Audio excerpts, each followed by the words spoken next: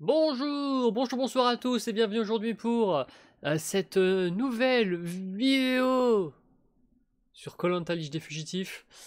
Aujourd'hui nous allons parler du jour 5 ainsi que du jour 6 puisque j'ai quelques petits trucs à raconter et on se concentrera sur certainement la prochaine vidéo au conseil en lui-même.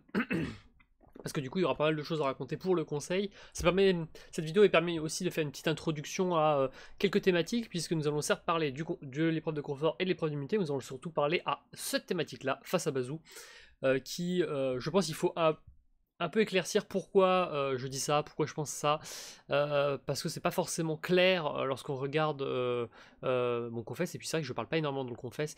Je m'en excuse déjà d'avance de si je ne parle pas assez dans le confesse. C'est vrai que étant donné que j'ai ces confesses vidéo, c'est vrai que j'ai tendance un peu à m'en parler et à me dire ok, je parlerai de ça dans la vidéo et donc pas forcément en discuter. Je suis désolé si vous suivez principalement l'écrit, mais voilà, c'est mon principal acte de conversation et je trouve que c'est bien mieux pour suivre me concernant. Du coup, on va immédiatement commencer avec l'épreuve de confort. Euh, Déjà, oui, je sais que j'ai une petite marque rouge là, voilà, vous voyez. C'est parce que je me suis fait piquer par des moustiques, genre en pagaille, je me suis fait piquer ici aussi, je me suis fait piquer à la main, je me suis fait piquer là, je me suis fait piquer là. Cette île est vraiment infestée de moustiques, si vous voulez mon avis, donc voilà, je suis bouffé.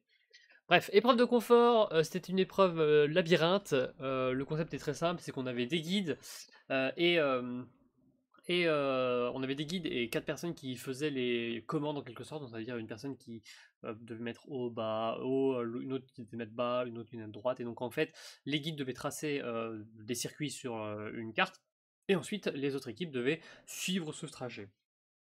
Alors je vais commencer à être un poil plus critique par rapport aux épreuves de confort, parce que je pense que c'est à partir de cette épreuve-là que je commence à voir, on va dire, les limites des jeux de confort.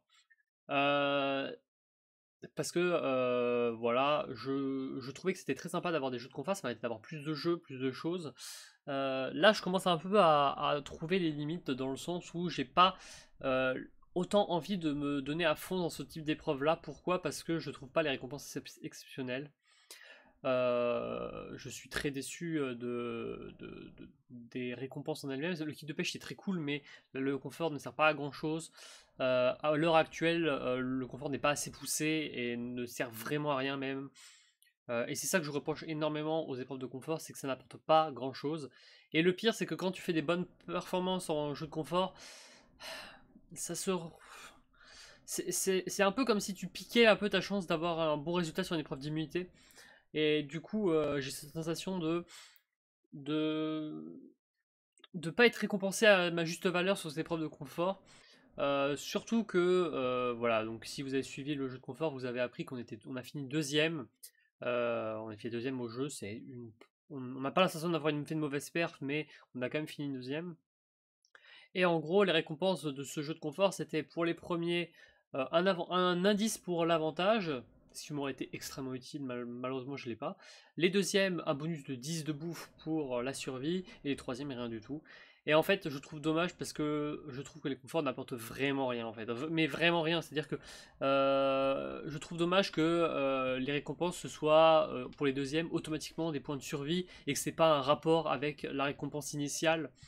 Genre par exemple pour le kit de pêche, bah, c'est très cool parce que c'est de la survie, donc je comprends que le deuxième récupère des bonus de survie, mais là les premiers récupèrent un avantage vraiment pur, alors que les deuxièmes récupèrent bah, des points de vie, de points de bouffe, on n'en sert à rien.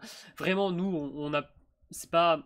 Vous allez me dire, oui, mais si telle équipe n'a pas assez de bouffe, de survie, ça aurait été bien. Oui, mais non. En fait, pour moi, non. C'est pour moi, ça doit avoir un rapport l'une ou l'autre, et du coup, je suis un peu frustré parce que du coup, j'ai l'impression de m'être fait encore arnaquer. Et en fait, ça commence à faire beaucoup d'arnaques là que je commence à voir, à me prendre dans la gueule.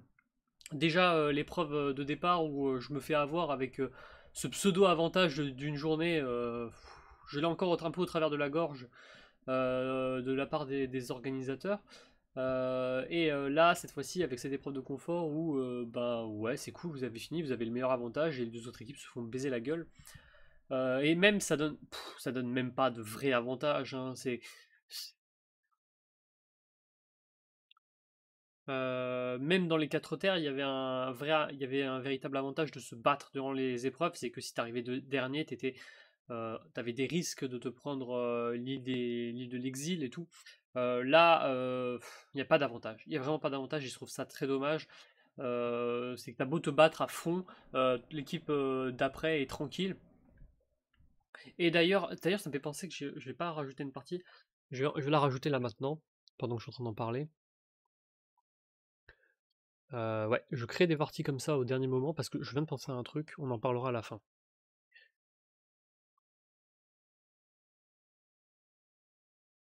Ouais, voilà. On en parlera un peu après.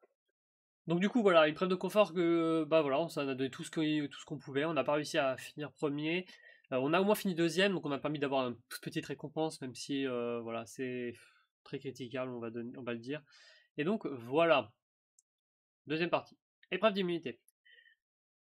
L'épreuve d'immunité, c'était une épreuve.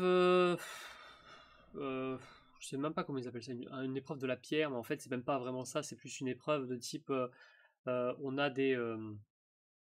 Comment ça s'appelle des phrases à compléter pour pouvoir gagner. Alors, l'épreuve d'immunité en elle-même, elle était plutôt cool, c'était en relais. En vrai, c'est critiquable, je suis désolé. J'adorerais dire que c'est une bonne épreuve, mais trop individuelle, pas assez collectif. J'aime pas, moi, les épreuves de type c'est individuellement qu'on joue. Et c'est un peu la deuxième épreuve d'immunité qu'on se prend en termes de performance individuelle. Parce que oui, l'épreuve d'immunité précédente, c'était certes un collectif, mais individuellement, il fallait de la communication au bout. Et donc, du coup, là, ça fait deux épreuves d'immunité à la suite où on se prend un truc individuel à proprement parler et pas collectif, sachant que notre équipe semble mieux s'en sortir sur le collectif. Donc, un poil frustré de se reprendre cette épreuve d'immunité, surtout que voilà, nous l'avons perdu. On a tout donné, vraiment, c'est-à-dire qu'on a été trois vraiment à faire partie de l'épreuve, parce on est parti dans l'idée que il fallait qu'on envoie les meilleurs pour valider l'épreuve. Max connaissait l'épreuve, donc fallait quoi qu'il arrive qu'on l'envoie, c'est lui qui connaît, il a déjà joué, etc. Glenn s'en sortait plutôt bien lors des temps d'entraînement et lorsqu'on a compris. Moi aussi, je m'en sortais plutôt bien. Du coup, on est parti à 3. Bon, il y avait Nono en plus, mais c'était pour compléter une dernière phrase parce qu'en fait, le problème, c'est que Bazou et Samir étaient sur téléphone, on ne pouvait pas les envoyer dans tous les cas. Sur téléphone, c'était trop compliqué. Dans tous les cas, on était sûr de perdre. Donc, on a fait l'épreuve. En vrai, l'épreuve, je suis désolé, mais pour moi, on s'en est extrêmement bien sorti. Sur le papier, je trouve que nous trois, on a vraiment géré. Bon, il y a une phrase, une pierre qui était un peu ratée, mais sur le papier, tout le reste c'était bon et ça a pas payé. Ça a pas payé vu qu'on a fini dernier et genre dernier pas un tout petit peu, c'est 20 minutes derrière.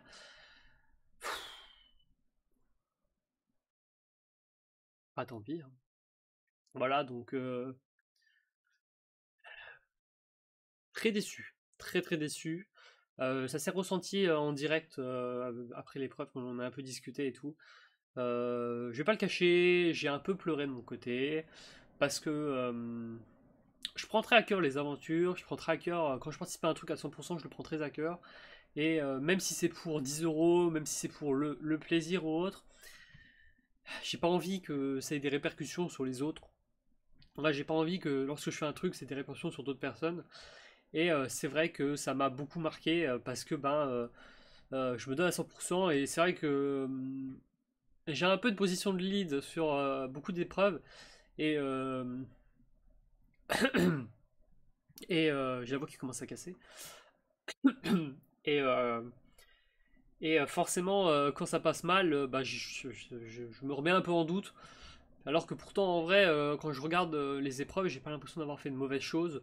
J'ai l'impression même d'avoir plutôt très bien performé sur l'épreuve d'immunité. Donc, je sais pas. Je sais pas.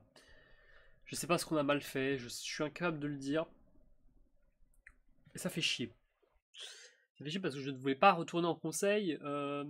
J'avais envie de laisser la chance à tout le monde de continuer à se développer et de commencer à développer des relations et tout, et juste respirer pendant 3 jours, et ça n'a pas eu lieu en fait. Ça va être un stress supplémentaire jusqu'à le conseil de demain. Et, euh, et voilà en fait, et ça le problème. J'en veux pas à Mamac, j'en veux pas à Glenn. Il y a peut-être juste des petites remarques déplacées post-épreuve, genre j'ai pas trop aimé les remarques de Samir. post-épreuve ou en mode oui, il faut absolument pas que ça se reproduise. Bah, putain, si tu veux pas que ça se reproduise, ne dis pas ça en vocal. Ça manquait de tact, ça manquait de beaucoup de choses et c'est vrai que j'ai un peu mal pris sur le coup, je l'ai pas dit à part à Mamax, mais ça me touche un peu de me prendre une remarque et même autre truc qui m'a un peu qui me fait un peu du mal, c'est dans le channel du conseil, lorsque l'orgue nous sort en première phase un endroit que vous semblez apprécier. Non, j'apprécie pas du tout ça. Mais je trouve que c'est un peu déplacé même de la part des orgas de sortir ça. Donc ouais, c'est peut-être marrant pour les spectateurs, c'est peut-être marrant, mais c'est pas plaisant. C'est pas plaisant parce que on ne veut pas que ça se passe et on aurait préféré que ça n'arrive jamais en fait. Voilà. Donc voilà, mais comme je vous le dis, c'est des remarques très à chaud. Je sais très bien que c'est de la blague, que c'est pour détendre l'atmosphère et tout, que je le prends trop à cœur pour le coup. Mais c'est vrai que ça me fait un peu mal, sachant que je me donne à fond. Voilà, c'est vraiment ça, c'est que je me donne à fond. Donc on va survivre ça, on va voir le jour 7 comment ça va se passer avec les stratégies qui vont être mises en place. Vous allez voir très rapidement pour qui je vais viser, comme c'est marqué, hein, voilà. On verra ce que ça va donner. J'ai deux pistes en fonction de comment ça va se passer. Et on verra ce que ça va donner. En tout cas, pour le moment, c'est un mauvais départ d'aventure. Le problème, c'est que si on venait encore à perdre une épreuve d'immunité, il est possible que si on venait à perdre encore une épreuve d'immunité, il y ait un swap direct parce que trois joueurs dans une même équipe, c'est pas possible. Donc il y aurait, je pense, il y aurait certainement un swap prématuré si on venait à reperdre une épreuve d'immunité. J'ai pas envie que ça arrive. Donc voilà, on prend sur soi. On va donner à fond pour les prochaines épreuves, même si je suis déjà à fond. Donc on va donner encore plus à fond et encore comme on pourrait dire, on pourrait entendre dans l'animé My Hero Academia, plus ultra. Voilà, voilà, c'est compliqué. J'ai la voix qui casse. Rien que d'en parler, ça me fait mal. Ouf, compliqué, hein, compliqué. Hmm. Ouf. Bazou. Parlons un peu de la troisième partie. Bazou, face à Bazou, Bazou me fait très peur. Voilà, Bazou me fait très peur. Vous l'avez vu à travers ma Trusties que je vous ai diffusé lors de la précédente vidéo, le précédent confesse vidéo. Bazou, je ne lui fais pas du tout confiance. Encore plus depuis qu'on a l'information comme quoi c'est lui qui participe le plus dans le Discord, alors qu'on ne le voit quasiment jamais à l'écrit. Ou du moins quasiment jamais, si on le voit, mais pas autant que ce qui est précisé sur Mi6. Je pense que il cherche beaucoup le collier et ça me fait très peur parce que je pense que si je devais parier sur une personne qui pourrait trouver le collier, ce serait lui. Il a quand même plutôt géré le feu. Donc, sachant que c'est une commande à trouver, ça me surprendrait pas qu'il trouve le collier. Donc, il me fait très peur. Surtout, il est très sociable, il discute avec un peu tout le monde. Mais je trouve qu'il n'est pas performant. C'est-à-dire qu'il critique beaucoup, sans pourtant être si performant que ça dans les épreuves. Certes, il a trouvé le feu, GG à lui. Clairement, il a carry pour l'épreuve du feu, mais il a été performant que à ce moment-là. Aujourd'hui, là, il faut qu'on se pose une bonne fois la question pour toutes, c'est qui on élimine. Et j'avoue que éliminer Bazou ferait une pierre deux coups, puisque ça me permettrait à la fois de renforcer l'équipe, puisque Bazou n'est pas performant en épreuve, en tout cas il n'a pas affiché de moment où il était vraiment performant. Et deuxième point, ça permettrait de penser stratégiquement en mode on élimine un concurrent direct au potentiel collier, parce que c'est clair et net qu'il est sur la route du collier et il fait plus peur. En tout cas, moi, il me fait beaucoup plus peur que pour Samir, qui lui aussi a atteint la dernière étape du collier. On a pu le voir à travers les commandes qu'il a tapées sur le channel. Nono ne fait absolument pas peur sur le coup. Pour le coup, Nono, je ne pense pas qu'elle ait trouvé Elle n'est pas encore. Elle a encore peut-être pas trouvé la suite d'énigmes. Glenn aussi me fait pas peur. Je crois qu'il est aussi même plus paumé que Nono. On est 4 sur la quête du collier. Bazou, moi, Mamax et Samir. Samir, je pense pas qu'il est ouf en recherche de collier. En tout cas, sur les épreuves, il montre pas, de bonnes performances, contrairement à Bazou qui a quand même réussi à prouver ses capacités avec le feu, donc il me fait peur. Si on pouvait l'éliminer dans le plus grand des secrets et sans que personne le sache, ça serait vraiment parfait pour le coup. Donc face à Bazou, c'est ce qui va peut-être arriver, on verra en fonction, ça se trouve on votera Samir au final. En tout cas pour le moment les deux noms qui ressortent c'est pour moi ou pour Mamax avec qui on est en alliance. Euh, c'est Samir et Bazou, plus Bazou, parce que c'est vrai qu'il nous fait peur à la fois à moi et à la fois à lui. 4. Le petit dernier sommaire qui était pas prévu, mais j'y ai pensé en parlant de l'épreuve même d'Hypro Confort, avant même l'épreuve d'immunité. Je vais quand même poser une critique sur le twist, parce que le twist est cool dans les faits, parce qu'il apporte pas mal de stratégie. Le souci, c'est qu'on est dans une configuration où le twist n'apporte rien. En fait, on est dans une configuration où malheureusement c'est la même équipe qui perd, et donc du coup les liens se cassent plus facilement dans une équipe qui perd, et donc les twists sont plus facilement utilisés lorsqu'une équipe perd en fait. Et là, c'est ce qu'on le ressent fortement, c'est que il est évident que si on perd la prochaine, non même pas, il est évident qu'après le prochain conseil, il est peut-être même sûr qu'un premier twist dans notre équipe sera utilisé. Je pense que Samir l'utilisera certainement. Ça me surprendrait absolument pas. Il est pour le moment en position. Si Bazook venait à sortir, Samir serait clairement en position ultra minoritaire sur le camp. En plus de ne pas faire de bonnes perfs, il reste très jeune, et c'est vrai que par rapport à notre âge, c'est plus dur de s'intégrer avec lui. Donc ça me surprendrait absolument pas que on commence à se tourner vers lui, et donc que Bazou sorte le twist. Et donc voilà, forcément, le twist va arriver. Il va forcément y avoir peut-être une utilisation de twist pour la prochaine épreuve d'immunité. Ça se rapproche très fortement, genre je le sens gros comme une maison arrivée. Par contre, le problème, c'est que les autres équipes, quant à elles, n'ont toujours pas perdu d'épreuve d'immunité, donc du coup, les liens sont toujours forts en fait entre les candidats. Il n'y a pas de raison de se prendre la bourre, de se prendre la tête. Et du coup, jamais un twist sera utilisé, et c'est là le gros désavantage de ce twist, c'est que si on avait donné dans une configuration où deux équipes avaient perdu l'immunité, peut-être qu'on aurait eu une utilisation de twist un peu croisée. Là, ça ne va pas être le cas, et ça ne sera pas le cas tant qu'on perdra des épreuves d'immunité, et donc du coup, le twist n'apporte rien à l'aventure, à part foutre dans la merde l'équipe qui est déjà de base dans la merde. Je pense que c'était absolument pas prévu qu'une telle galère arrive. Un truc que j'aimerais beaucoup voir popper, ce serait que les orgas annoncent que des avantages ont été cachés sur l'île des fugitifs, car peut-être que ça donnerait envie aux autres joueurs d'aller s'enfuir sur l'île des fugitifs. Et du coup, là, ça permettrait réellement pour nous de peut-être réussir à s'en sortir durant des épreuves avec l'utilisation de twist dans d'autres équipes. Pour le moment, malheureusement, ça va se retourner contre nous. Même en cas d'élimination au conseil, on va avoir 2 personnes ennemies dans les autres équipes. Et encore,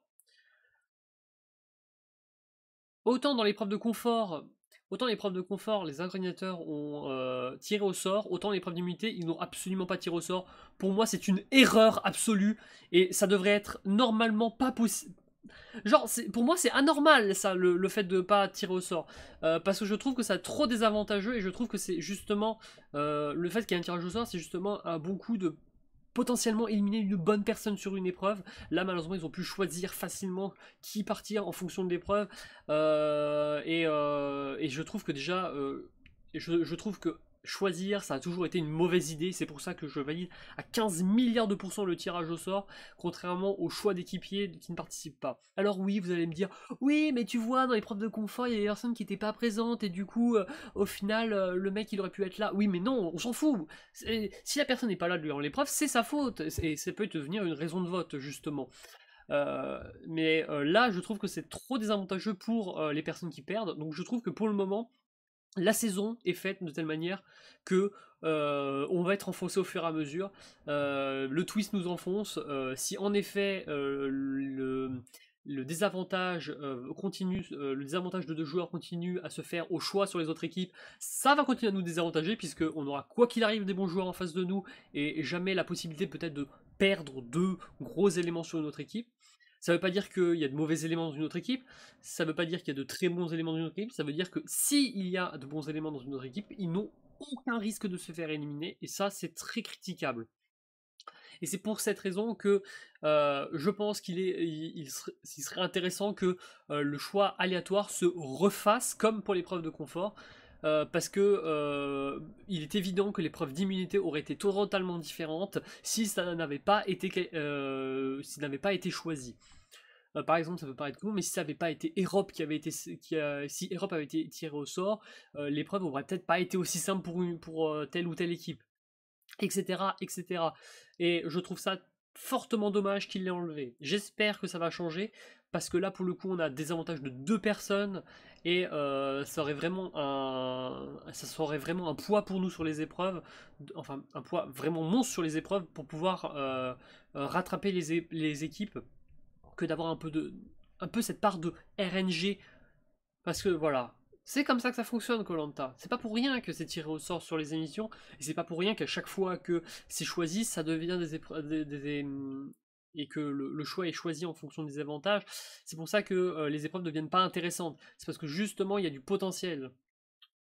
C'est pas pour rien que par exemple dans koh il y a certaines personnes qui décident d'éliminer une meuf au lieu d'un mec, parce qu'ils se disent ok, alors si on élimine un mec, au moins il y aura un mec de l'équipe en face qui va être éliminé, et donc il y a une possibilité de chance que le mec qui soit fort à cette épreuve ne soit pas sélectionné, ça sera un avantage pour... Voilà, c'est ta réflexion, c'est de la stratégie aussi. Et bon là l'aspect genre n'est pas présent, parce que c'est internet, et genre bah une meuf a autant de compétences qu'un mec. Bon, à part que moi, j'arrive à faire 2 choses en même temps, genre, ça s'est vu sur l'épreuve d'immunité, hein. J'arrivais à discuter avec les orgas et avec les joueurs tout en faisant l'épreuve, et j'ai fait pas des mauvais scores, en tout cas sur les 3, j'ai pas l'impression d'avoir fait de mauvais scores. Donc voilà, j'espère que ça va changer, et j'espère que les orgs vont m'avoir entendu, s'il vous plaît, s'il vous plaît, s'il vous plaît. Voilà. Quoi qu'il arrive, voilà, c'est tout. C'est tout. Je suis énervé. Bon voilà, c'était 2 jours un peu dans la souffrance. C'est pas fini, on a le conseil qui arrive. Ça va être encore dans la souffrance pour le jour 7. Je vais pas parler de l'aspect survie qui vient de popper juste avant que je fasse ce vocal. J'en discuterai à la prochaine vidéo. En tout cas, voilà, voilà. Que dire de plus? J'espère que vous aimez toujours autant mon point de vue. En tout cas, je vous aime tous. Voilà, sachez, même si vous appréciez pas mon point de vue, sachez que je reste un personnage. Certes, j'y donne beaucoup de cœur. Certes, je suis moi-même, mais ça, je sais que c'est un jeu, et je vais pas non plus déprimer ou me suicider pour ce truc. N'ayez pas peur. Je sais faire la part des choses. Je sais faire la part des choses. Je prends à cœur, certes, je peux pleurer, certes, mais je sais rebondir aussi sur mes pieds. Et la vengeance est un plat qui se mange froid. Voilà. En espérant que le vent tourne. Et cette fois-ci, à notre avantage. Allez, j'espère que cette vidéo vous aura plu. N'hésitez pas à poser des questions aux organisateurs pour qu'ils me les transmettent dans mon channel écrit. Je me ferai un plaisir d'y répondre. Par contre, ne posez pas des questions de merde, sinon je n'y répondrai pas. Parce que les organisateurs là, ouloulou, les questions de merde, c'est pas ouf hein, pour le moment. Hein. Hey, elles sont où les meilleures questions là? Je rigole, bien évidemment. Allez, bisous à tous et à la prochaine.